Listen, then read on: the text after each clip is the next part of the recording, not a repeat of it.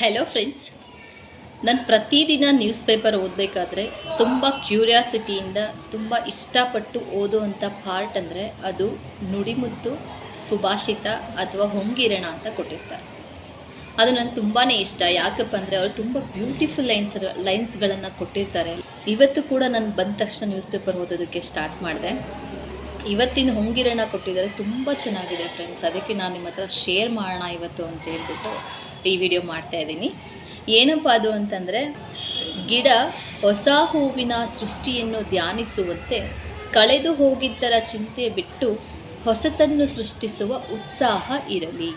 ನೋಡಿ ಎಷ್ಟು ಚೆನ್ನಾಗಿದೆ. ಒಂದು ಗಿಡದಲ್ಲಿ ಹೂ ಬಿಡುತ್ತೆ, ಬೆಳಗ್ಗೆ ಹೂ ಬಿಟ್ಟರೆ ಸಾಯಂಕಾಲ ಅಷ್ಟರಲ್ಲಿ ಆ ಹೂವು ಬಾಡುತ್ತೆ, ಒಣಗುತ್ತೆ, ಉದುರುತ್ತೆ.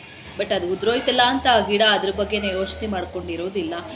ಮತ್ತು ಮರುದಿನ ಹೊಸ ಹೂವನ್ನು ಕೊಡುತ್ತೆ ಅಲ್ವಾ. ಯಾವುದೇ ಒಂದು ಗಿಡ ಆಗಲಿ ಮರ ಆಗಲಿ ಅದೇ ಥರ, ಅದು ಒಂದು ಸೃಷ್ಟಿ ಅದೇ ಥರನೇ ಮಾಡುತ್ತೆ.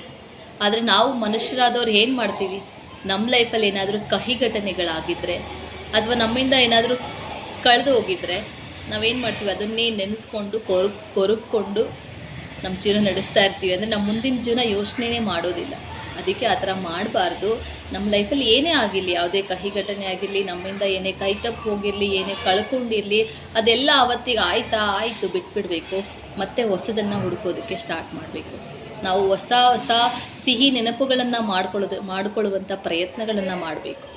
ಹಾಗೇ ಇರಬಾರ್ದು ಅನ್ನೋದೇ ಈ ಒಂದು ಹೊಂಗಿರಣದ ಆಶಯ.